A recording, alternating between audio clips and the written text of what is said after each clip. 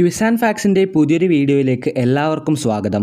ഇന്നത്തെ നമ്മുടെ വീഡിയോ വായനാ ദിനവുമായി ബന്ധപ്പെട്ട് സ്കൂളുകളിൽ ക്വിസ് മത്സരത്തിൽ ചോദിക്കുന്ന പ്രധാനപ്പെട്ട ചോദ്യങ്ങൾ ഡിസ്കസ് ചെയ്യുന്ന വീഡിയോ ആണ്. വായനാ ദിനവുമായി ബന്ധപ്പെട്ട് ചോദിക്കുന്ന ചോദ്യങ്ങളുടെ വീഡിയോ നമ്മൾ മുമ്പും അപ്ലോഡ് ചെയ്തിട്ടുണ്ട്. അതിലും പ്രധാനപ്പെട്ട ചോദ്യങ്ങൾ തന്നെയാണ് ഡിസ്കസ് ചെയ്തിരിക്കുന്നത്. അപ്പോൾ ഈ വീഡിയോയിൽ നമ്മൾ 20 ചോദ്യങ്ങളായിരിക്കും ഡിസ്കസ് ചെയ്യുന്നത്. ഈ വീഡിയോ കണ്ടു തീർത്ത ഉടൻ തന്നെ നമ്മുടെ മറ്റ് വീഡിയോസ് കൂടി ചെക്കൗട്ട് ചെയ്യാൻ ശ്രമിക്കുക. എല്ലാത്തിലും ഇമ്പോർട്ടൻ്റ് ആയ ചോദ്യങ്ങൾ തന്നെയാണ് പറഞ്ഞിരിക്കുന്നത്. അപ്പോൾ നമുക്ക് നേരെ വീഡിയോയിലേക്ക് കടക്കാം. അതിനു മുമ്പ് നമ്മുടെ മുമ്പുള്ള വീഡിയോസിലെ ബോണസ് ക്വസ്റ്റ്യൻ്റെ വിന്നേഴ്സിനെ സെലക്ട് ചെയ്യേണ്ടതുണ്ട്. നമ്മുടെ ചാനൽ ആദ്യമായി കാണുന്നവർക്ക് ബോണസ് ക്വസ്റ്റ്യൻ എന്താണെന്ന് അറിയുന്നുണ്ടാവില്ല. ബോണസ് ക്വസ്റ്റ്യൻ എന്നാൽ നമ്മൾ വീഡിയോയുടെ അവസാനം നിങ്ങൾക്കായിട്ട് നൽകുന്ന ഒരു ചോദ്യമാണ്. ആ ചോദ്യത്തിൻ്റെ ഉത്തരം അറിയാവുന്നവർക്ക് അതിൻ്റെ ഉത്തരം കമൻറ്റ് ബോക്സിൽ കമൻറ്റ് ചെയ്യാം. ആ കമൻറ്റ് ചെയ്യുന്നവരിൽ നിന്ന് കുറച്ച് പേരെ സെലക്ട് ചെയ്ത് നമ്മൾ അടുത്ത വീഡിയോയിൽ വിന്നറായി പ്രഖ്യാപിക്കുന്നതാണ്. നമുക്ക് കഴിഞ്ഞ വീഡിയോയിലെ ബോണസ് ക്വസ്റ്റ്യൻ്റെ വിന്നർ ആരാണെന്ന് നോക്കാം. അതിനു മുമ്പ് ഈ ചാനൽ ഇതുവരെ സബ്സ്ക്രൈബ് ചെയ്തില്ല എങ്കിൽ ഇതുപോലെയുള്ള ക്വിസിൻ്റെ വീഡിയോസ് ലഭിക്കുന്നതിനായി നമ്മുടെ ചാനൽ ഇപ്പോൾ തന്നെ ഒന്ന് സബ്സ്ക്രൈബ് ചെയ്യുക. കഴിഞ്ഞ വീഡിയോയിലെ ബോണസ് ചോദ്യം ഇതായിരുന്നു: കയ്യൂർ സമരത്തെ അടിസ്ഥാനമാക്കി നിരഞ്ജന എഴുതിയ നോവൽ ഏതാണ്? ഇതിൻ്റെ ശരിയായ ഉത്തരം ചിരസ്മരണ എന്നാണ്. അപ്പോൾ ചിരസ്മരണ എന്ന നോവലാണ് കയ്യൂർ സമരത്തെ അടിസ്ഥാനമാക്കി നിരഞ്ജന എഴുതിയ നോവൽ. അപ്പോൾ ആരൊക്കെയാണ് ഈ ഒരു ക്വസ്റ്റ്യൻ്റെ ഉത്തരം ശരിയായി കമൻറ്റ് ചെയ്ത വിന്നേഴ്സ് എന്ന് നോക്കാം. നമ്മുടെ കഴിഞ്ഞ വീഡിയോയിലെ ബോണസ് ക്വസ്റ്റ്യൻ്റെ വിന്നേഴ്സ് ആരൊക്കെയാണെന്ന് നോക്കാം.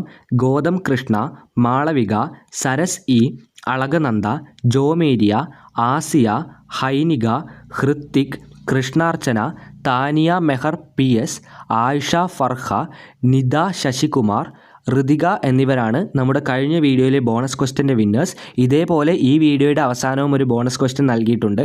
എല്ലാവരും വീഡിയോ അവസാനം വരെ കണ്ട് ബോണസ് ക്വസ്റ്റ്യൻ്റെ ഉത്തരം കമൻറ്റ് ബോക്സിൽ രേഖപ്പെടുത്തുക. ഒന്നാമത്തെ ചോദ്യത്തിലേക്ക് കടക്കാം. ഏറ്റവും കൂടുതൽ അവാർഡുകൾ നേടിയ മലയാള നോവൽ ഏതാണ്?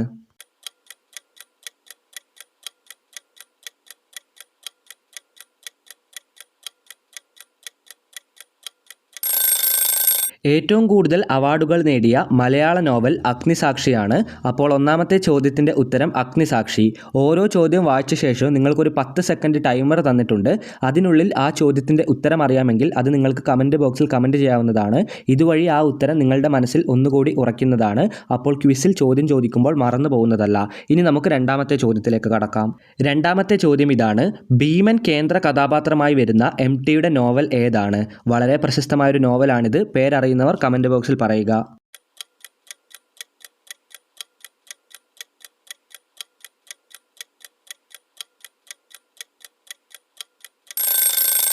ഉത്തരം രണ്ടാം ഊഴം. അതായത് ഭീമൻ കേന്ദ്ര കഥാപാത്രമായി വരുന്ന MTയുടെ പ്രസിദ്ധമായ നോവലിൻ്റെ പേരാണ് രണ്ടാം ഊഴം. രണ്ടാമത്തെ ചോദ്യത്തിൻ്റെ ഉത്തരം രണ്ടാം ഊഴം.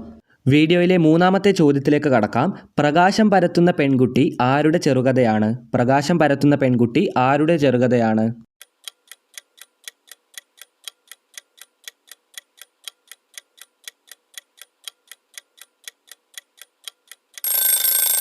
ഉത്തരം T. പത്മനാഭൻ. അതായത് പ്രകാശം പരത്തുന്ന പെൺകുട്ടി എന്ന ചെറുകഥ രചിച്ചിരിക്കുന്നത് T. പത്മനാഭനാണ്.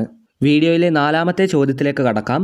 മാലി ആരുടെ തൂലികാനാമമാണ്? അതായത് മാലി എന്ന് പറയുന്നത് ഏത് എഴുത്തുകാരൻ്റെ പെൻ നെയിമാണ്?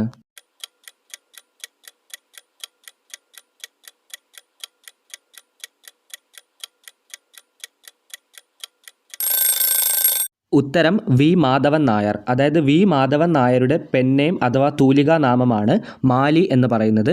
നാലാമത്തെ ചോദ്യത്തിൻ്റെ ഉത്തരം V. മാധവൻ നായർ. അഞ്ചാമത്തെ ചോദ്യത്തിലേക്ക് കടക്കാം. വിപ്ലവത്തിൻ്റെ ശുക്രനക്ഷത്രം എന്ന് കുമാരനാശാനെ വിശേഷിപ്പിച്ചത് ആരാണ്?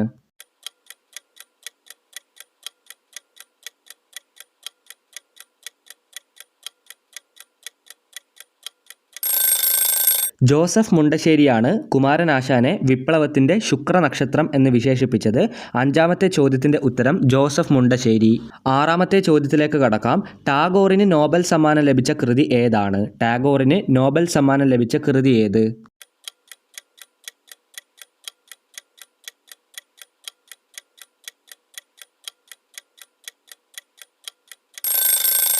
നമ്മുടെ ദേശീയ ഗാനം രചിച്ച രവീന്ദ്രനാഥ ടാഗോറിന് നോബൽ സമ്മാനം ലഭിച്ച കൃതിയാണ് ഗീതാഞ്ജലി. ആറാമത്തെ ചോദ്യത്തിൻ്റെ ഉത്തരം ഗീതാഞ്ജലി. ഏഴാമത്തെ ചോദ്യത്തിലേക്ക് കടക്കാം. 2 സഹോദരിമാർ ചേർന്നാണ് ട്വിങ്കിൾ ട്വിങ്കിൾ ലിറ്റിൽ സ്റ്റാർ എന്ന കവിത എഴുതിയത്. ആരാണിവർ?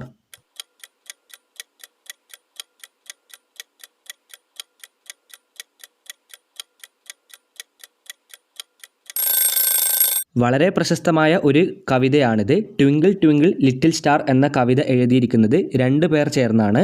ഒന്നാമത്തേത് ആൻ, രണ്ടാമത്തേത് ജെയിൻ ടൈലർ. 8ാമത്തെ ചോദ്യത്തിലേക്ക് കടക്കാം. ഒലിവർ ട്വിസ്റ്റ് ആരുടെ കൃതിയാണ്? ഒലിവർ ട്വിസ്റ്റ് ആരുടെ കൃതിയാണ്?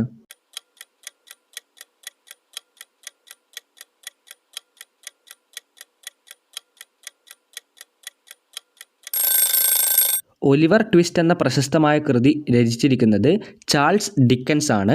8ാമത്തെ ചോദ്യത്തിൻ്റെ ഉത്തരം ചാൾസ് ഡിക്കൻസ്. 9ാമത്തെ ചോദ്യം, ഉപനിഷത്തിലെ ശാന്തി മന്ത്രവുമായി അവസാനിപ്പിക്കുന്ന T.S. ഇലിയട്ടിൻ്റെ പുസ്തകം ഏത്?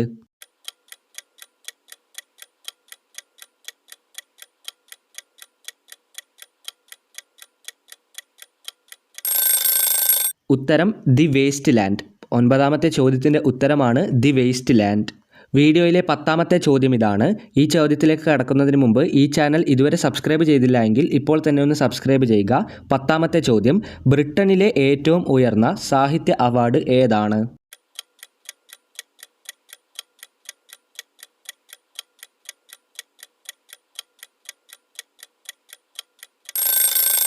ബ്രിട്ടനിലെ ഏറ്റവും ഉയർന്ന സാഹിത്യ അവാർഡാണ് ബുക്കർ സമ്മാനം. 10ാമത്തെ ചോദ്യത്തിൻ്റെ ഉത്തരമാണ് ബുക്കർ പ്രൈസ് അഥവാ ബുക്കർ സമ്മാനം. അടുത്ത ചോദ്യത്തിലേക്ക് കടക്കാം. അപ്പുക്കിളി ഏതു മലയാള നോവലിലെ കഥാപാത്രമാണ്? അപ്പുക്കിളി എന്ന് പറയുന്ന കഥാപാത്രം ഏത് മലയാള നോവലിലേതാണ്?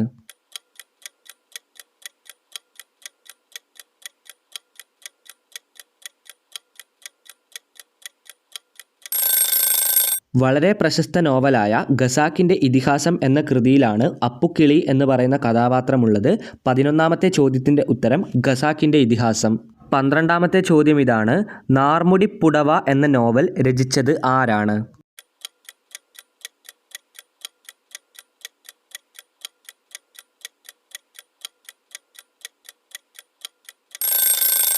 ഉത്തരം സാറാ തോമസ്. നാർമുടിപ്പുടവ എന്ന നോവൽ രചിച്ചത് സാറാ തോമസ് ആണ്. 13ാമത്തെ ചോദ്യം, ഉറൂബിൻ്റെ പ്രസിദ്ധമായ നോവലിലെ ഒരു കഥാപാത്രമാണ് മായൻ. ഏതാണ് ഈ നോവൽ? അതായത് മായൻ എന്ന പ്രശസ്ത കഥാപാത്രം ഏത് നോവലിലാണുള്ളത്? ഈ നോവൽ രചിച്ചിരിക്കുന്നത് ഉറൂബാണ്. അതാണ് ഈ ചോദ്യത്തിലെ ക്ലൂ.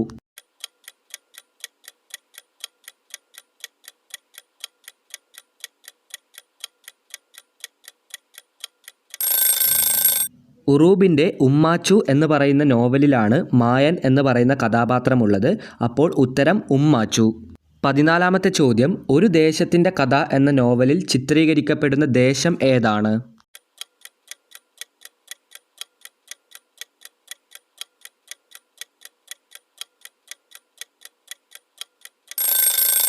ഒരു ദേശത്തിൻ്റെ കഥ എന്ന നോവലിൽ ചിത്രീകരിക്കപ്പെടുന്ന ദേശമാണ് അതിരാണിപ്പാടം. അതായത് ഒരു ദേശത്തിൻ്റെ കഥ എന്ന് പറയുന്ന നോവൽ S.K. പൊറ്റക്കാടിൻ്റേതാണ്. അദ്ദേഹത്തിൻ്റെ ആ നോവലിൽ ചിത്രീകരിക്കപ്പെടുന്ന ദേശമാണ് അതിരാണിപ്പാടം. 15ാമത്തെ ചോദ്യം, കവിയുടെ കാൽപ്പാടുകൾ എന്ന പ്രശസ്തമായ ആത്മകഥ ആരുടേതാണ്? കവിയുടെ കാൽപ്പാടുകൾ എന്ന ആത്മകഥയെപ്പറ്റി നിങ്ങൾ കേട്ടിട്ടുണ്ടാവും. അത് ആരുടേതാണ്?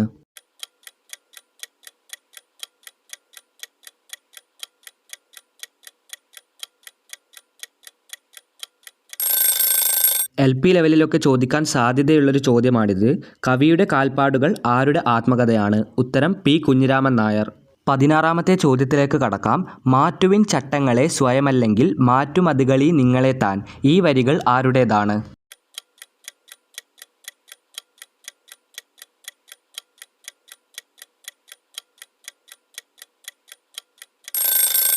നിങ്ങളുടെ ടെക്സ്റ്റ് ബുക്കുകളിലൊക്കെ നിങ്ങൾ ഈ ഒരു വരികൾ കേട്ടിട്ടുണ്ടാവും. വളരെ പ്രശസ്തമായ വരികളാണിവ. ഈ വരികളുടെ ഉടമ കുമാരനാശാനാണ്. അതായത് ഈ ചോദ്യത്തിൻ്റെ ഉത്തരം കുമാരനാശാൻ. വീഡിയോയിലെ 17ാമത്തെ ചോദ്യത്തിലേക്ക് കടക്കാം. മലയാളത്തിലെ ആദ്യത്തെ ജനകീയ കവി ആരാണ്? ചോദ്യം ഇതാണ്. മലയാളത്തിലെ ആദ്യത്തെ ജനകീയ കവി ആര്?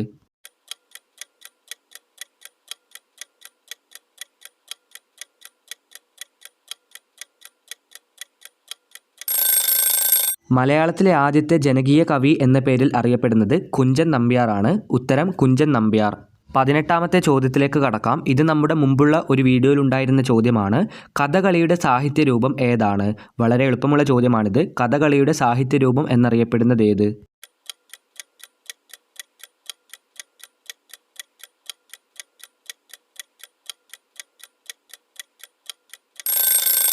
ഉത്തരം ആട്ടക്കഥ. അതായത് കഥകളിയുടെ സാഹിത്യരൂപമാണ് ആട്ടക്കഥ എന്ന് പറയുന്നത്.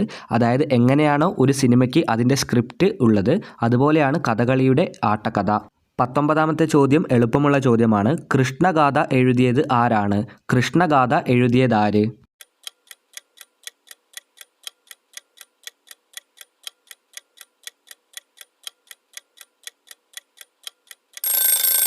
വളരെ എളുപ്പമുള്ള ചോദ്യമാണ്. ചെറുശ്ശേരിയാണ് കൃഷ്ണഗാഥ രചിച്ചിരിക്കുന്നത്.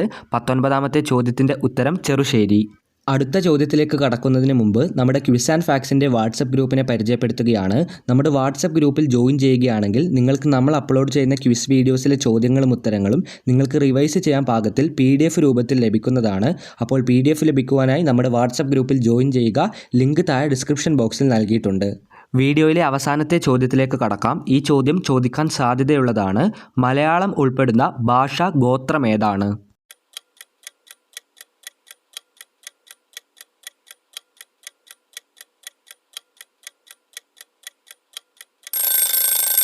ദ്രാവിഡ ഗോത്രത്തിലാണ് മലയാള ഭാഷ ഉൾപ്പെടുന്നത്.